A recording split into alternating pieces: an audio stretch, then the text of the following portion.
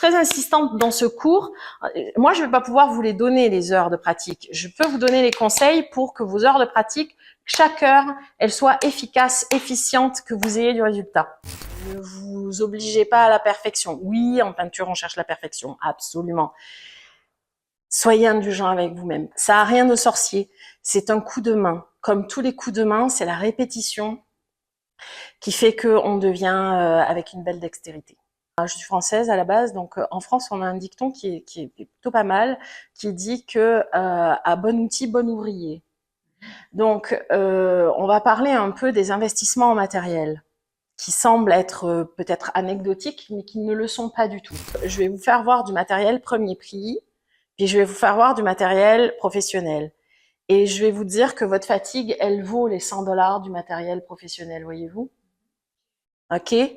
Que vous allez garder pendant des années, où vous allez pouvoir en prendre soin et faire et encore faire et encore faire. On a des gestes qui sont très répétitifs avec des muscles qu'on ne fait pas forcément fonctionner. D'accord?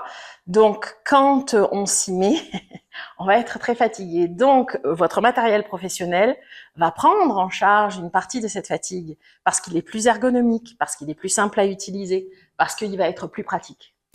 Vous allez dans n'importe quel marchand de peinture, Sherwin-Williams, moi je vais chez Bétonnel, ils ont un bon rapport qualité-prix.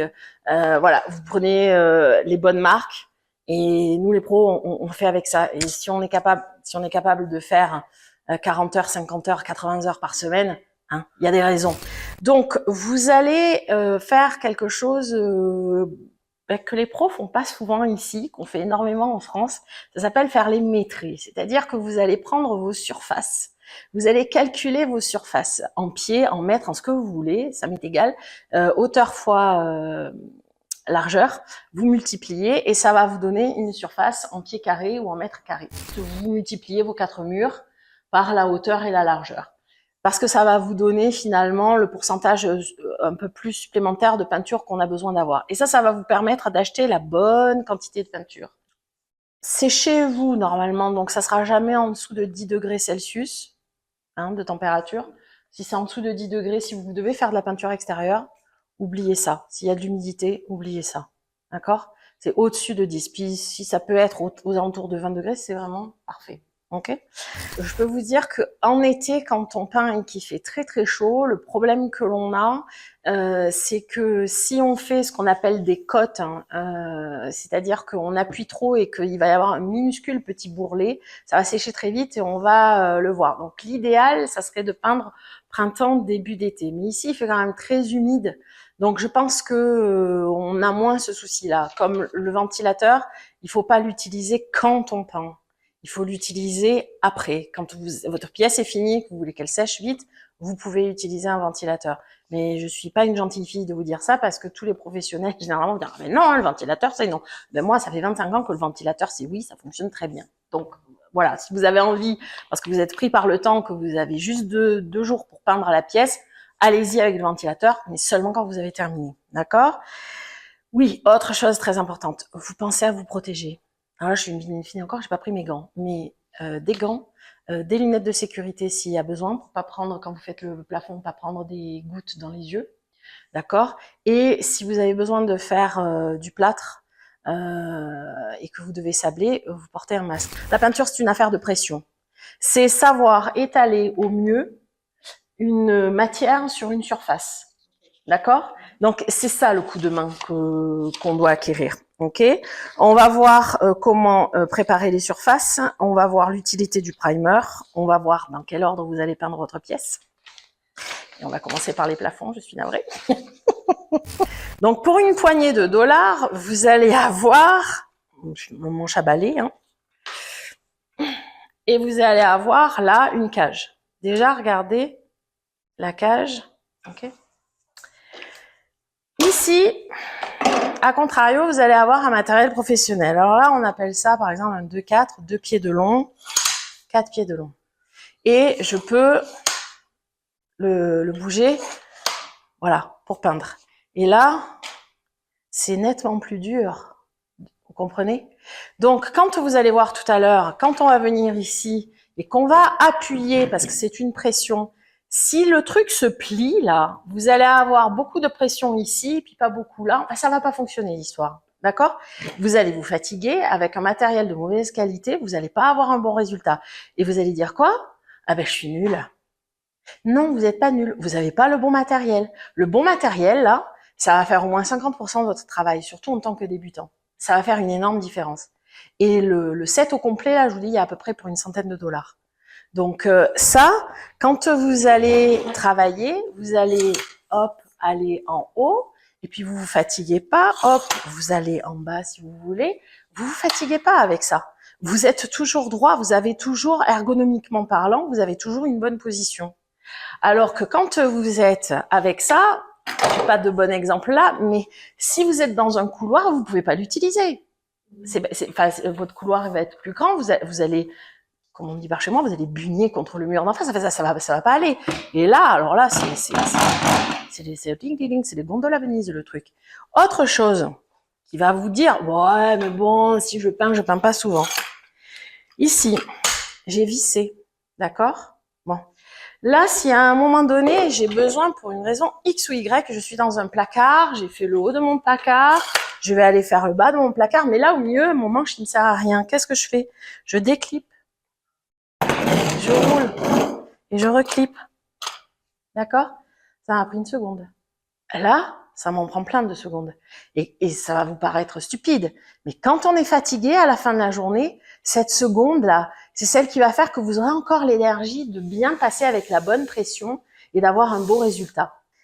Je vous dirais que là où vous allez faire des économies, et c'est pertinent, ça va être par exemple sur les bâches. Ça, là, c'est une bâche qui peut être utilisée et réutilisée. On paye ça 4 dollars chez Dolorama. C'est pas la peine d'acheter des trucs plus chers. N'allez pas chez le marchand de peinture, vous achetez des toiles à 60 dollars.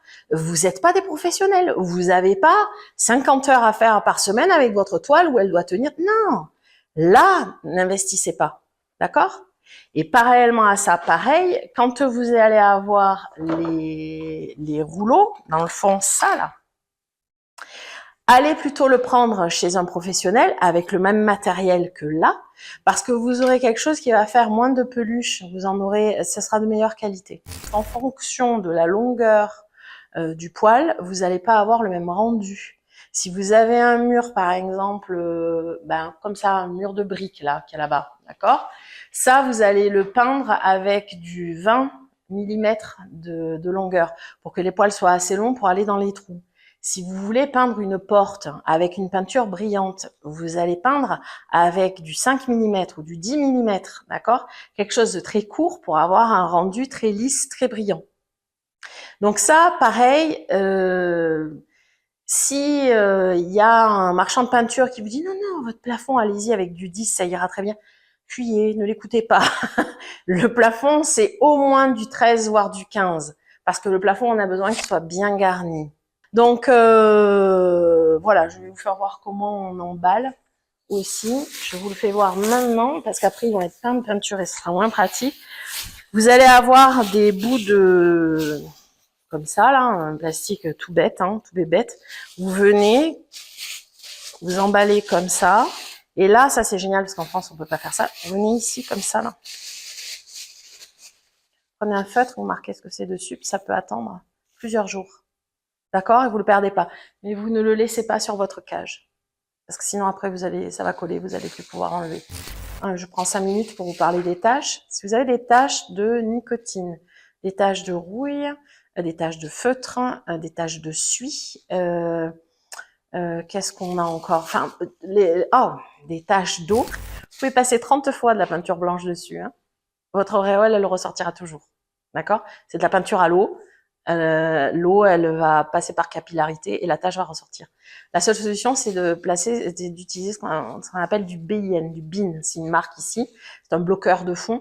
Donc, vous passez ça en spray ou vous le passez en pinceau rouleau. Si vous utilisez un pinceau et que vous n'avez pas le temps de finir votre tâche ou que vous voulez y revenir plus tard, c'est donc de la peinture à l'huile. Vous allez tremper ce pinceau dans un pot avec de l'eau. Vous pouvez le laisser jusqu'à 1 semaine dedans parce que l'eau ne se mélange pas avec l'huile.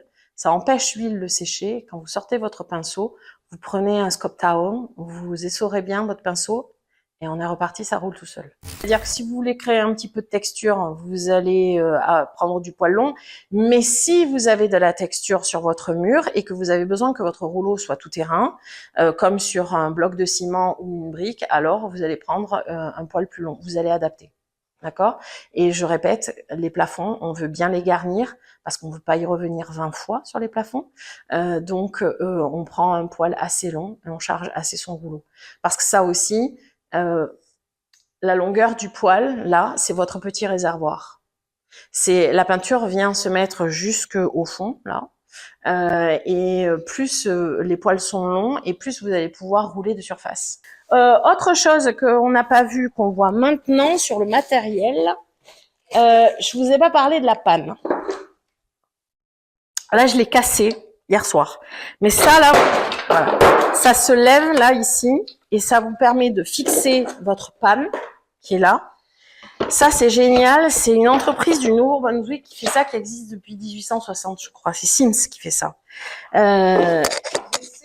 Sims, ouais, S-I-2-M-S. C'est les seuls à vendre ça, là. Alors, des peintres appellent ça la banane, le paresseux. Peu importe. Moi, quand j'ai découvert ça, c'était Noël. Voilà. Hein, je suis française. J'ai fait. Mon Dieu, j'ai découvert. Qu'est-ce que c'est ça? J'en ai offert un à son anniversaire à ma mère cet été. Je lui ai amené. C'était pareil. Elle est peintre. Ma mère, elle m'a dit, mon Dieu, c'est génial. Voilà. Donc, vous avez ça qui vous permet un truc absolument génialissime. Vous êtes en train de travailler. Regardez-moi ça. Elle est pas belle la vie? Et ça, là, c'est ce qu'on appelle des liners.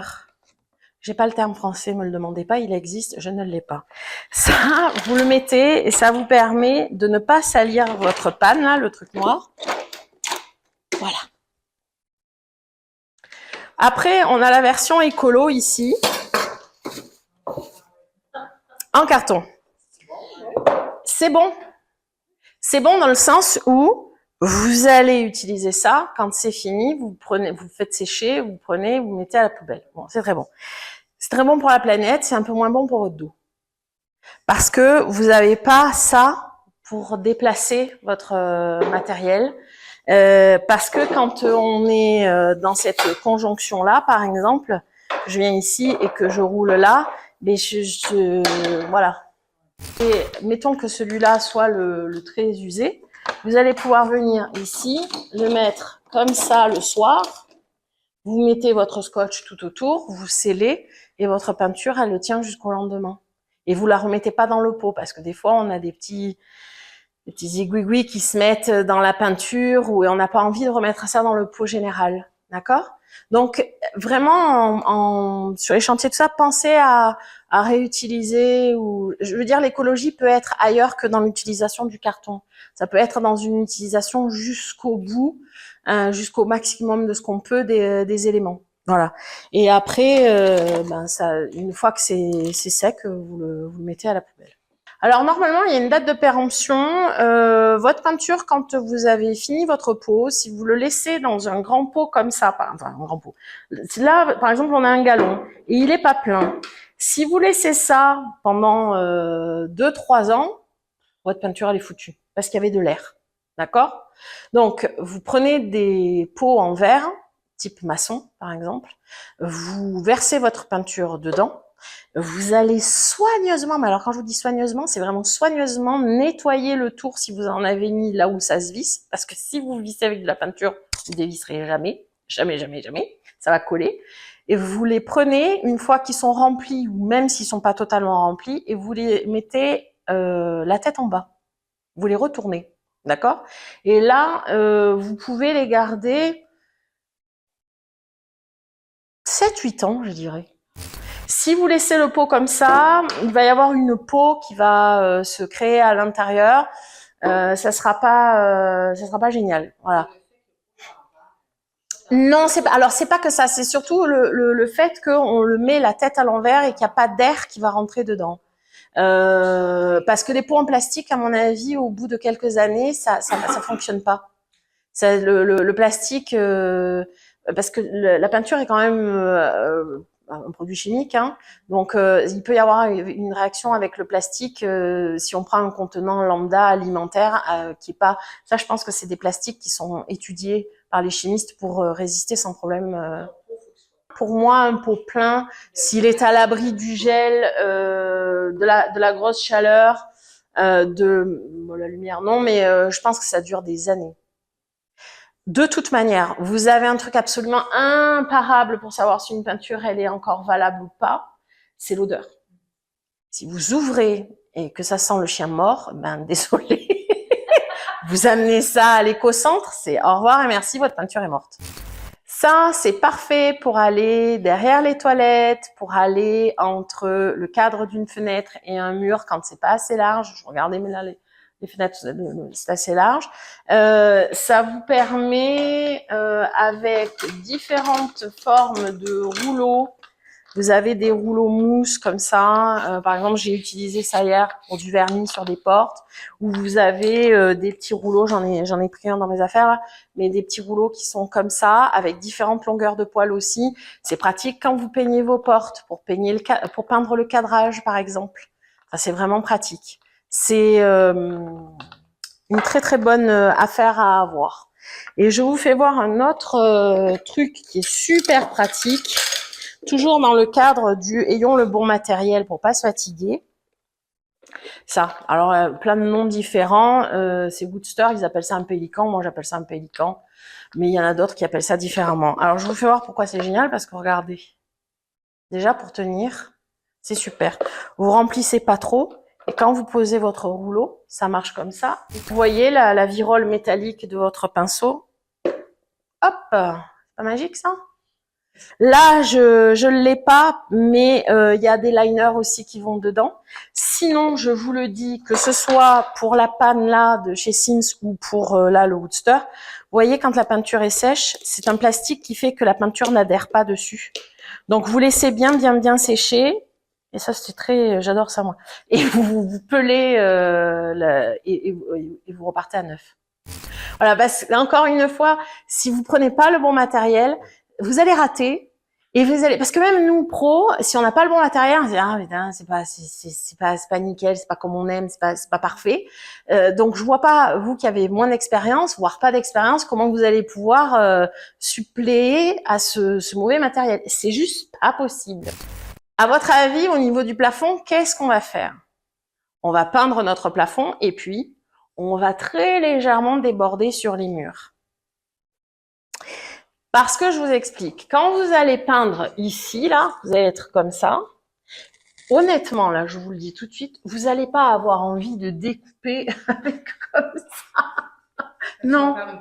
Oui, le découpage, vous savez, la liaison entre une surface qui est dans un sens et une surface qui est dans un autre. Vous n'allez pas du tout avoir envie de faire votre découpage au plafond.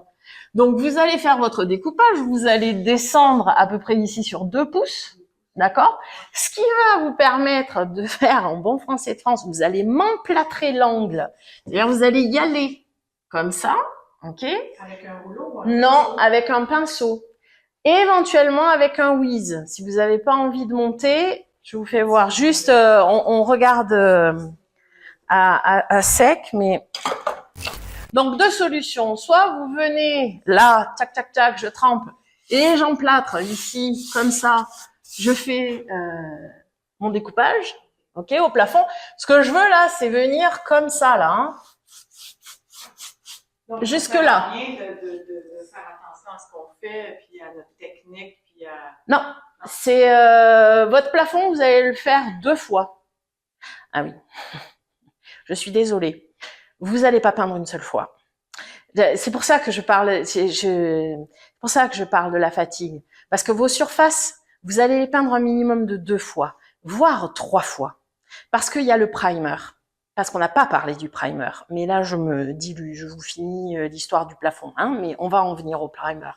Là, avec votre whiz, vous allez pouvoir venir ici comme ça, rouler là, et vous pouvez même faire ça, tchac, tchac, tchac, tchac, tchac, tchac, bien chargé, et après vous le lissez. Ok?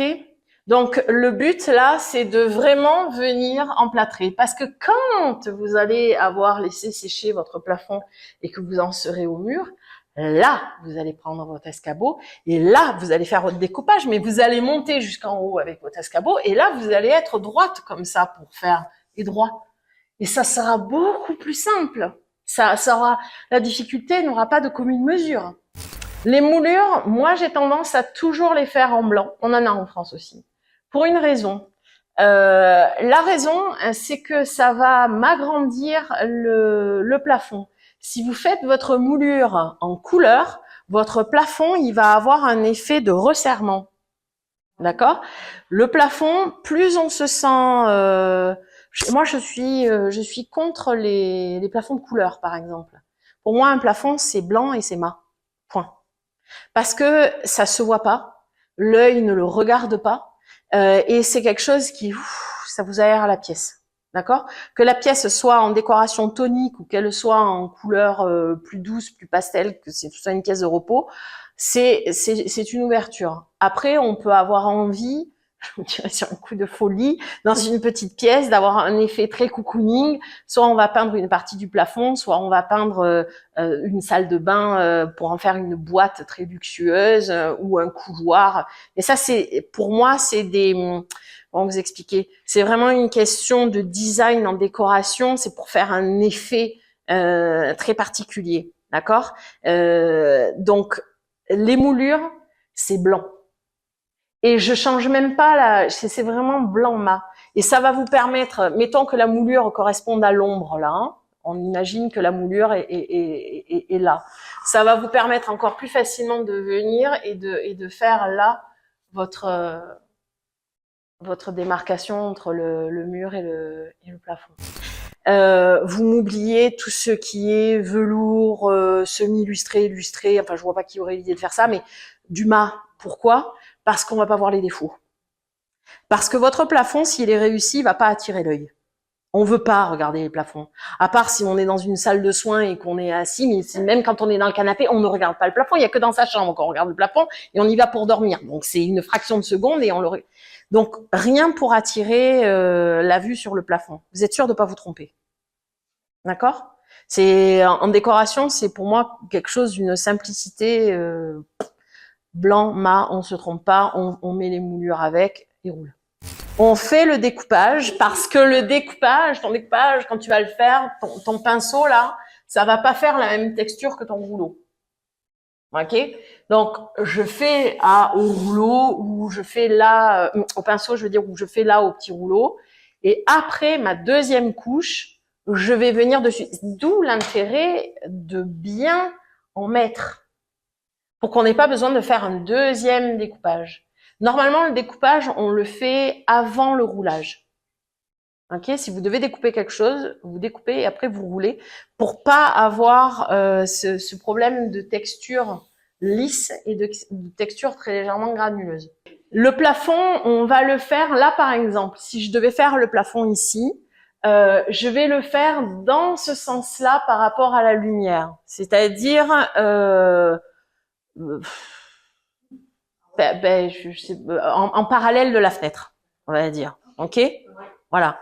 Parce qu'on aura tendance à moins voir. Alors, en même temps, il y a plusieurs écoles, mais en tout cas, on a tendance à moins voir. Et, chose essentielle pour les plafonds, qu'est-ce qu'on prend? Là aussi, on va pas faire d'économie, hein. Sur ça, c'est sûr qu'on va pas faire d'économie de la peinture à plafond. Vous me prenez ce que vous voulez pour les murs, je vous dirai, dans l'absolu. Ok, vous allez chez n'importe quel marchand. Vous pouvez même me prendre de la peinture. Je l'ai utilisée pour chez moi quand j'ai aménagé, de la peinture reconditionnée. Je vais être très québécoise. Je m'en calisse. Ok, vous faites ce que vous voulez sur vos murs, c'est pas grave. Sur les plafonds, c'est tellement pénible, c'est tellement dur. Vous allez souffrir ici, là, vraiment. Non, vous me prenez une peinture à plafond très garnissante et ça sera parfait. C'est plus cher, mais encore une fois, votre fatigue vaut ce prix-là. D'accord? Vraiment.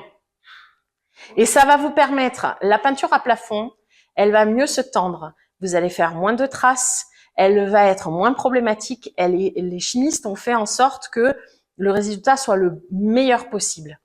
Donc, pour le plafond, vous ne vous en privez pas. Faites ce que vous voulez ailleurs, mais vous n'en privez pas.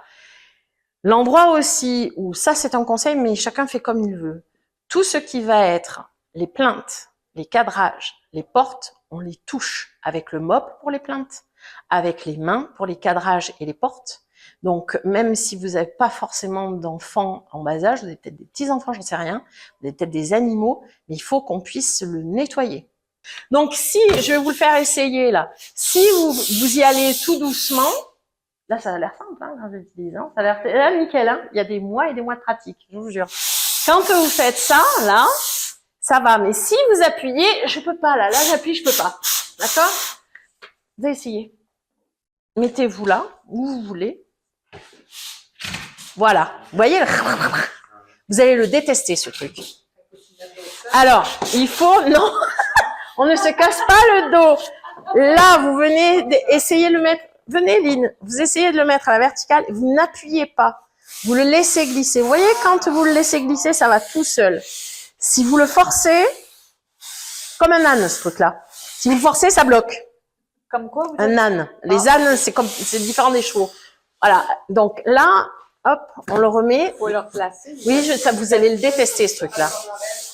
Comme ça irait plus vite, Fois 42, là, hein, bon, ok. Ils gênent pas, les gars, hein, moi je le vois sur les chantiers, ça y va, et quand c'est que des mesures, on est content, hein, parce que il y en a bien des affaires qui sont marquées sur les murs. Bref, quand vous avez ça, si vous passez votre peinture à l'eau dessus, même votre primer, ça va ressortir. Là, je sors d'une école où les gamins, évidemment, s'étaient un peu lâchés sur les murs, et j'avais un peu de partout des écritures qui ressortaient. Donc, vous prenez votre bine, c'est top parce que soit vous le prenez en rouleau, pinceau, ce que je vous disais tout à l'heure, le pinceau, vous le laissez dans l'eau, pas le rouleau. Le rouleau, vous l'emballez et puis lui, peut-être vraiment au frigo, vous le mettez. Vous venez comme ça et ça sèche en 30 minutes. Et vous venez, vous passez votre primer, alors ça pue, hein. Voilà. Donc on va le laisser sécher et puis on va mettre après de la peinture et vous verrez, ça ne repasse pas. Même si là on le voit en transparence, c'est quand on va passer la peinture, ça ne repassera pas. Ça passera pas à la barrière de la peinture parce que c'est de l'huile. Et alors ce qu'il y a de génial, c'est que ici il n'y a pas tant de produits que ça, donc tout le monde l'a. Vous allez le trouver à peu près partout. Cette truc-là, ça peut servir pour lever des prises ou des choses qui sont clippées. Et ça, là, cette partie ici, là, elle est très intéressante. C'est celle dont je me sers tout le temps, c'est pour ouvrir les pots. Voilà. Vous en avez après qui sont plus avec d'autres formes, mais ça, c'est pratique de l'avoir. Voilà. Bon, donc.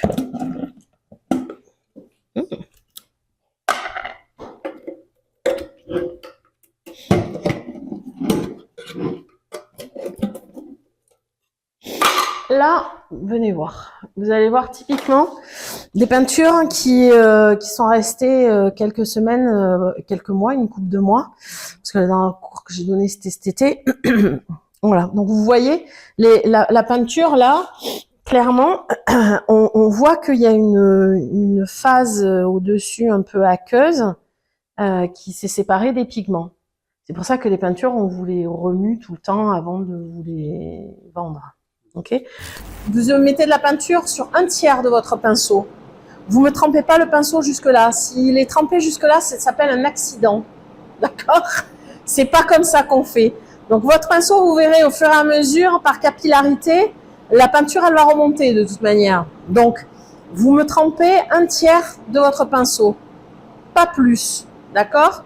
Donc, je trempe mon pinceau ici. Vous voyez, j'en mets même moins là. Là, il y est, mais là, c'est moins. C'est vraiment trop épais, vous voyez comme ça me fait avec les poils. Je veux vraiment que vous testiez la peinture. Quand vous aurez cette sensation-là avec une peinture, vous allez la diluer. Ok? Donc là, je vous le fais en haut. Votre pinceau, vous allez l'appuyer. Alors là encore, c'est une histoire de pression.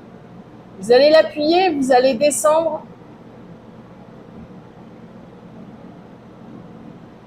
Mais là, ça paraît correct comme trait. Mais ça, là, si je le laisse, c'est moche que ça en peut plus. Je suis censée venir et essayer de faire quelque chose, mais la peinture là est beaucoup trop épaisse. Ça va pas du tout.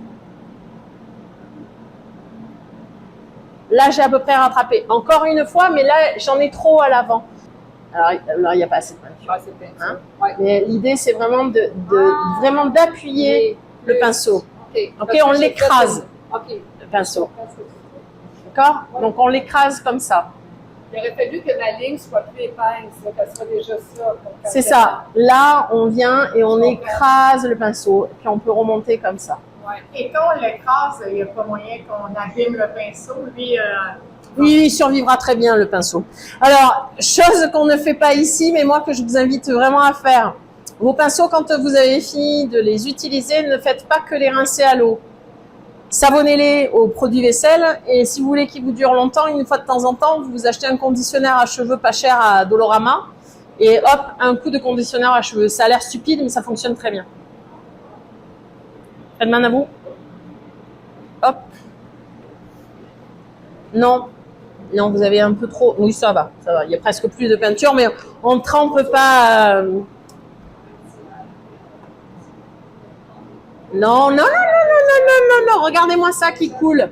Non, non, non. On en enlève un petit peu, mais elle est trop épaisse. On va la diluer et vous allez voir comme... Essayez. Bon, ça... Donc là, on est d'accord qu'on va à l'horizontale, comme là, j'ai fait depuis le début, parce que la peinture est trop épaisse. On n'est pas censé faire ça. Hein. Normalement, là, je vais vous faire ça parce que c'est un exercice. Mais normalement, vous faites votre trait, et puis après, vous venez avec votre pinceau comme ça, et vous faites comme ça. D'accord? Sinon, vous n'allez pas vous amuser à découper tout comme ça. On vient là, et on travaille à plat, comme ça. Ok? Là, je fais des allers-retours avec mon pinceau. D'accord? Comme ça. On va d'abord la renifler. Si elle sent pas bon, on la jette. Et ça a une odeur de pourri, on s'y trompe pas, hein, vraiment. Et si elle est trop épaisse comme celle-là, qui a donc 2 ans, on la dilue un peu avec l'eau. Quand vous allez être à côté à un bord, un truc, vous allez venir là comme ça et vous allez tirer. D'accord? Donc, je suis en train de peindre ma fenêtre, par exemple. Et puis après, j'ai besoin de faire de la largeur pour que mon rouleau embarque dessus. Je vais prendre mon pinceau comme ça et je vais venir comme ça. Donc, on a comme ça et on a comme ça. Vraiment, on les utilise et ils sont en biseau comme ça parce que ça vous permet de venir chercher les angles, vraiment les coins entre 3 surfaces. Donc, ils sont géniaux. Voilà. Ça fait un peu balai à brosse au départ quand on n'a pas l'habitude. Mais... Ça. Là. Les 2 mouvements, j'en ai un où je vais tenir mon pinceau finalement à la verticale, hein, comme ça. Et il y en a un autre où je vais le tenir à l'horizontale, comme ça.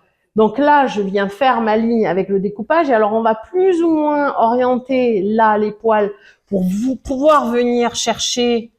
Je viens ici. Donc, je trempe un peu mon pinceau. Là. Là, ici, je viens pas dessus. Je viens à côté. Et là, je vais venir, vous voyez comme je fais avec mon pinceau là, je viens chercher tout doucement. Vraiment tout doucement. Tu l'écrases, Complètement, je l'écrase. Parce que ce que je veux surtout pas, c'est toucher le bois.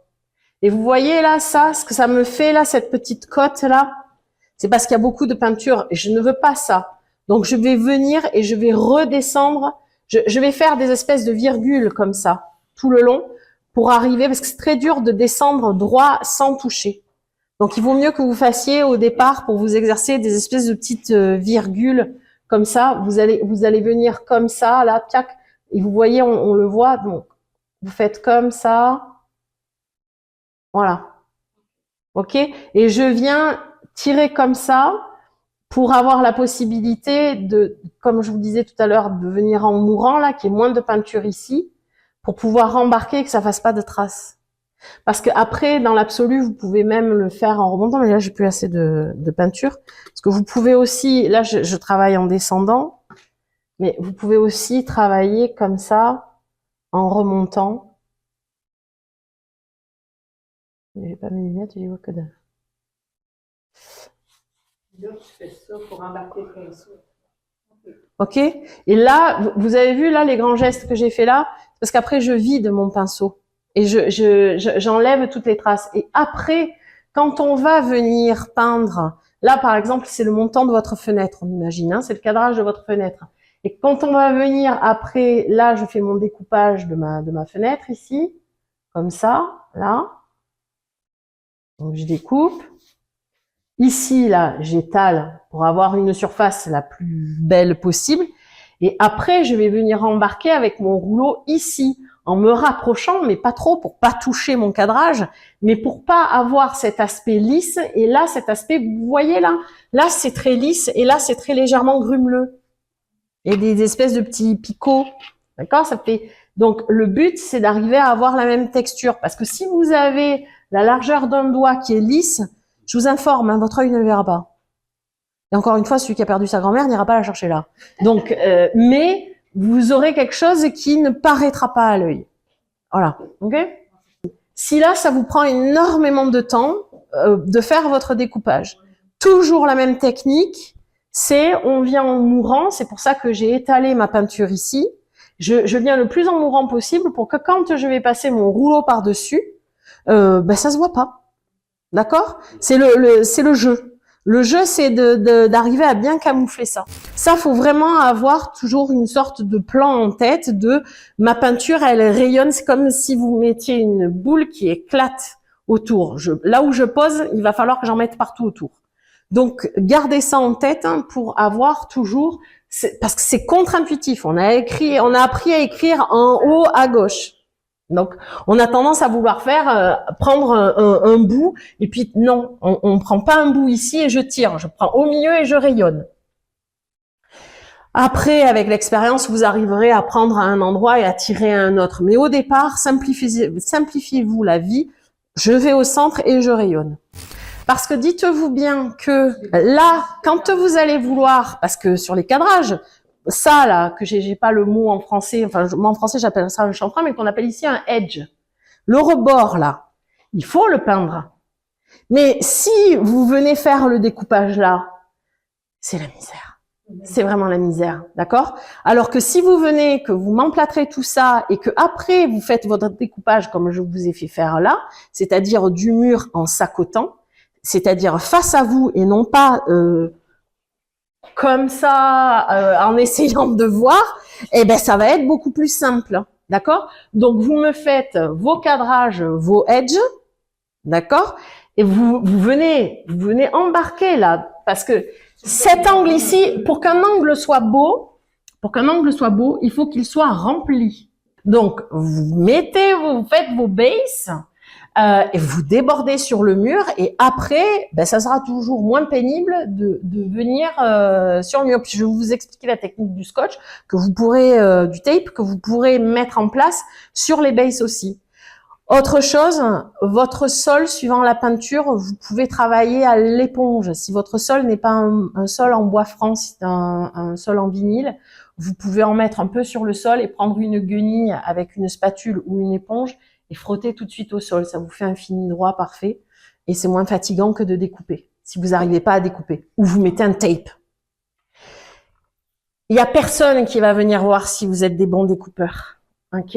Il y a pas un patron derrière qui va vous zioter, ça va perdre du temps, de l'argent, c'est de l'argent ça. Économisez-vous. Le tape, vous allez le mettre là où on va apprendre à faire un découpage entre deux couleurs sans rebord. Ok, donc pas une fenêtre, pas un rien. Vous y êtes arrivé, ça a fonctionné? Parce que vous avez pas fait? Ok, donc là je vais mettre mon tape. Et là, je vais mettre un autre tape parce que vous allez voir, je vais vous faire un essai. Je vais vous montrer un essai.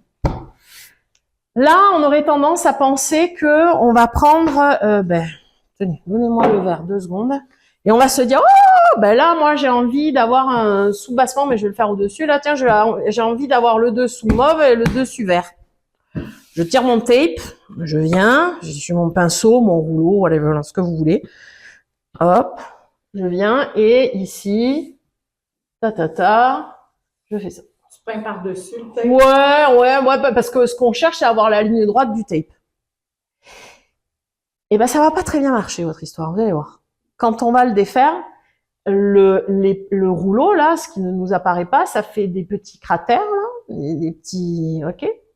Et la peinture là, le scotch semble bien collé, mais vous savez quoi, sur la durée, vous allez avoir des petites infiltrations. Ça sera pas net. Alors cette peinture là, quand on voit là la phase aqueuse qui est au-dessus et le pigment qui est en dessous, on est obligé de la remuer.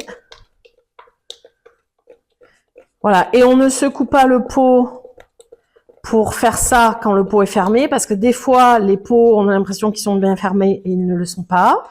Et ça va permettre de garder le couvercle propre et on fera moins de tâches, c'est beaucoup plus pratique. Celle-là, par exemple, vous le voyez, elle est beaucoup plus liquide que la verte. Donc c'est parfait, on va garder la verte épaisse pour que vous voyez, que vous ayez l'expérience d'une peinture trop épaisse, ce que ça fait. Donc, je verse ici, soit j'ai mon pinceau, soit j'ai là le bâton pour essuyer le côté. Et voilà, on est bon. Bon, alors, là, vous voyez, je prends mon affaire et je la transporte, c'est tout tranquillou, tranquillette, et je viens ici. Bon, parce que là, on va voir après pour les coups de rouleau, le problème, il faut pas repasser 20 fois, il faut accepter à un moment donné de s'arrêter, que ça soit pas parfait, that's it. Ok, donc mais ça c'est une question de juste d'entraînement, de pratique. Vous allez voir ça. Là le rouleau, je vais pas le tremper comme une sourde dans mon petit bac parce que je vous fais voir. Ce que je veux pas là, c'est en mettre ici. Et si vous pouvez avoir une guenille et régulièrement nettoyer ça, ce sera mieux. Parce que ça, là, ça va vous faire des gouttes sur le sol, ça va vous faire des gouttes partout. Ça éclabousse, enfin, ça va pas, cette histoire. Donc, il va en venir. Mais essayez de ne pas en mettre. D'accord? Ou de l'essuyer. Là, mon idée, parce que c'est tentant au début d'en mettre partout pour que le rouleau se gorge. Parce que quand le rouleau est neuf, là, il faut qu'il se gorge de peinture. Parce que je vous rappelle encore une fois que votre rouleau, la longueur des poils, c'est le réservoir. Ok? Donc, moi, je vais prendre ça, je vais juste vous faire voir le geste et après, vous allez vous exercer. Là, vous voyez, mon rouleau, j'attends qu'il se gorge, mais je fais pas ça et hop, je pars. Hein. Là, si je fais ça, je vais tout éclabousser, je vais en mettre de partout. Ça, là, ici, là, les petites stries que vous avez, ça sert à vider un peu votre rouleau. Vous pouvez bien vider votre rouleau. Comme ça, là, j'enlève bien la peinture. Et là, mon rouleau est presque sec. Parce qu'il y a des fois, vous allez avoir besoin que votre rouleau soit presque sec. D'accord? Mais, généralement, je viens ici, je roule un peu comme ça. Et là, mon rouleau est chargé. Et là, vous voyez, normalement, il goûte pas. Si votre rouleau commence à goûter, c'est que vous en avez probablement trop mis. Ok? Bon, donc, je viens, là, on aurait tendance à se mettre dans un angle. On aurait bien envie de commencer comme une feuille qu'on crayonne dans un angle. On va l'oublier, ça, d'accord? Parce que là, mon petit réservoir, si je le vide d'abord ici, j'ai plus de place pour étaler. Parce que le but du jeu, c'est de transférer la peinture qui est dans ce petit réservoir de manière uniforme tout autour de là où je vais poser mon petit réservoir. Ok, donc, ben on va voilà. Là, je vais venir à peu près au milieu. Je vais venir poser comme ça. Et vous voyez, là, il y en a pas mal, hein, de la peinture. J'en ai pas trop mis, mais il y en a quand même pas mal. Bon. Donc là, moi, je vais venir et je vais étaler ça. J'appuie pas, hein. Vous voyez là? Ça, c'est une petite saleté qui est sortie de mon rouleau neuf. Alors, c'est un bout de poil, parce que c'est fait à l'usine, donc les poils ne sont pas tous parfaitement collés. Donc, quand vous avez ça, après, c'est là que vous avez votre tablette à sabler et que vous passez votre petit coup. Ou si vous le voyez, vous venez et vous l'enlevez et après, il est là. Donc là, je viens et là, si je laisse comme ça, là, ça fait des vagues. Il faut que ça soit uniforme, d'accord ? Donc, je viens, j'appuie pas. Là, on est en train de voir, vous voyez là, mon rouleau, il se vide. Ben là, il faut le remplir. Ok?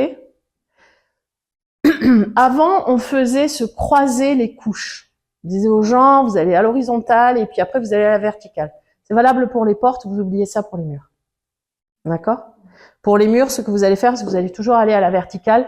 Vous pouvez faire ce qu'on appelle des W. On a bien chargé, on dépose sa peinture bien chargée. Je vous fais voir. Par exemple, là, je suis pressée. Je vais bien charger. Okay, il est trop chargé, là, mon rouleau. Donc, je vais venir ici, je fais un W. Regardez quand c'est trop chargé. Vous voyez si vous... Ça, c'est parfait. Vous voyez si vous mettez ça dans un angle, vous faites comment pour vider cet angle-là après? D'accord? Vous pouvez pas. Donc là, je suis partie assez en angle. Je vais pouvoir récupérer parce que j'ai assez de surface qui n'est pas peinte.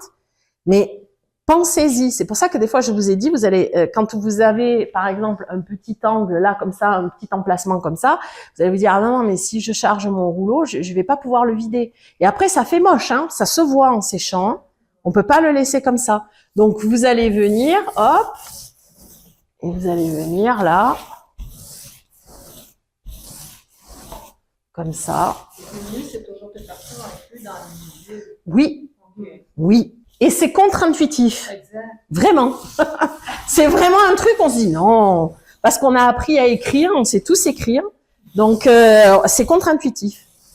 Là, je suis presque en train de trop repasser. Ça va, mais je vais m'arrêter là. D'accord? Parce que si je passe trop pour que mon travail soit parfait, à un moment donné, la peinture va quand même commencer à sécher. Et alors, à ce moment-là, je vais commencer à arracher des tout petits bouts de peinture. Ça va pas aller du tout. Ça, je vais faire un gros caca. Donc, on passe et on laisse.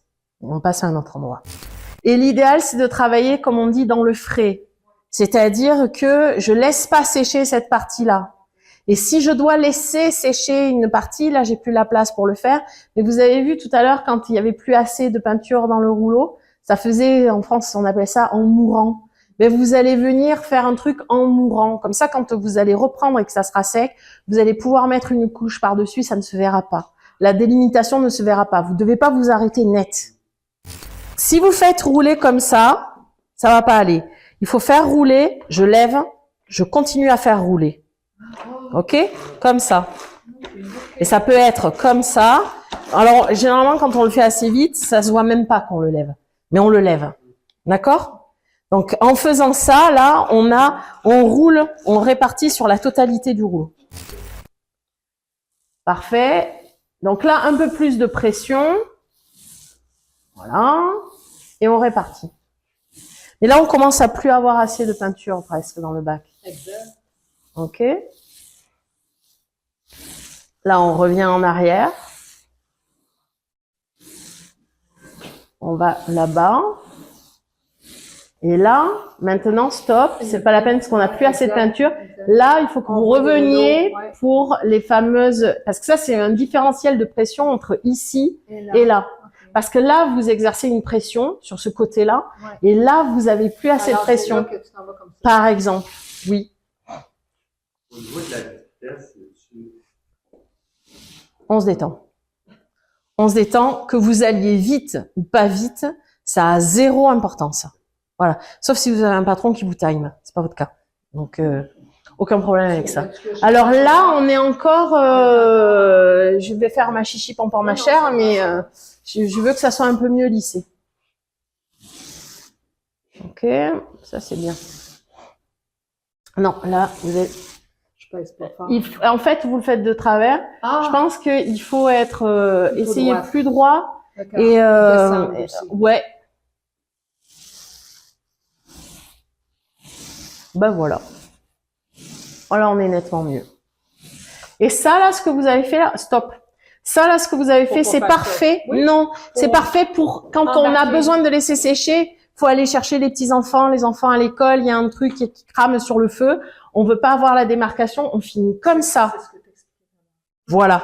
On finit comme ça. Et après, je peux venir mettre ma peinture ici et embarquer. Et je n'aurai pas de délimitation. Très important. Vraiment essentiel. Essentiel sur un plafond. Vous avez une urgence pipi? Non. C'est l'été? Non. Vous pouvez aller aux toilettes. Vous mourrez. Mais vous faites mourir votre peinture pour ne pas mourir vous. D'accord? On va faire quelque chose qui va être tellement fin, sans épaisseur et surtout sans démarcation que quand on va revenir dessus, ça ne se verra pas. Et alors, on essaye de plus bouger les bras, moins bouger le dos pour s'économiser. Vous pouvez, alors, ben là, c'est la magie du manche qui s'agrandit. Et là, vous pouvez le tenir plus ici, voilà. Et là, vous pouvez être probablement moins, vous bougez moins là le dos, vous voyez? L'intérêt d'avoir un manche.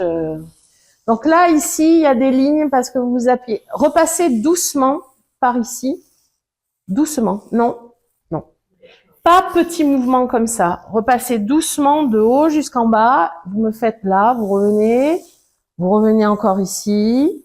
Tout doucement comme vous faites là. Vous revenez encore. Revenez jusqu'au bout de ce que vous avez fait. Vous revenez. Vous redescendez.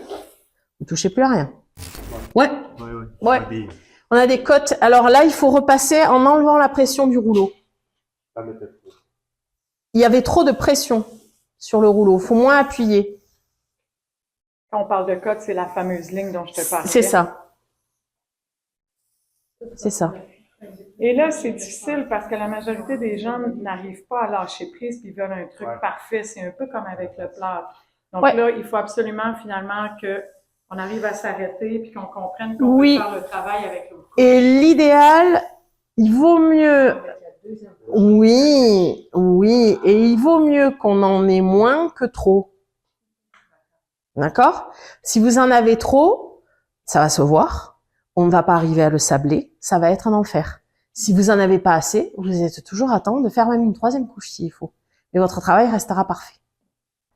On s'entend que, regardez, la pression, elle vient ici. J'ai pas un deuxième morceau métallique qui est là. On est d'accord? Je n'en ai qu'un seul. Donc, tout le jeu, c'est d'arriver à avoir le bon mouvement pour que cette pression qui est plus forte ici, j'arrive à la répartir équitablement sur la totalité. Alors, ça a l'air d'être un truc très mathématique et tout ça. Non, non, c'est pas du tout ésotérique. C'est vraiment une question de pratique. Là encore, si vous appuyez, ça va pas aller. Il faut suffisamment charger le rouleau et que le poids du rouleau, en fait, va faire en sorte que vous y arrivez correctement. C'est le poids lui-même du rouleau, d'où l'intérêt d'avoir un matériel un petit peu plus lourd, mais où vous allez mieux sentir ce que vous allez faire, il est plus raide, donc vous allez moins partir, parce que là on va essayer l'autre, vous allez voir, c'est un bonheur. Je vais vous faire appuyer avec les deux, puis vous allez vraiment voir la différence. C'est arriver à jouer pour répartir la pression, c'est ça l'idée, hein, c'est répartir la pression sur l'ensemble. C'est ça le coup de main qu'on doit acquérir. Parce que sinon, il n'y a pas besoin de sortir de Saint-Cyr pour faire ça, quoi. Je veux dire, enfin, c'est pas compliqué du tout, hein. On charge, on met. Mais c'est d'arriver à faire une couche uniforme et sans trace. Et ça, c'est une question de pression. C'est pour ça que ça demande du temps.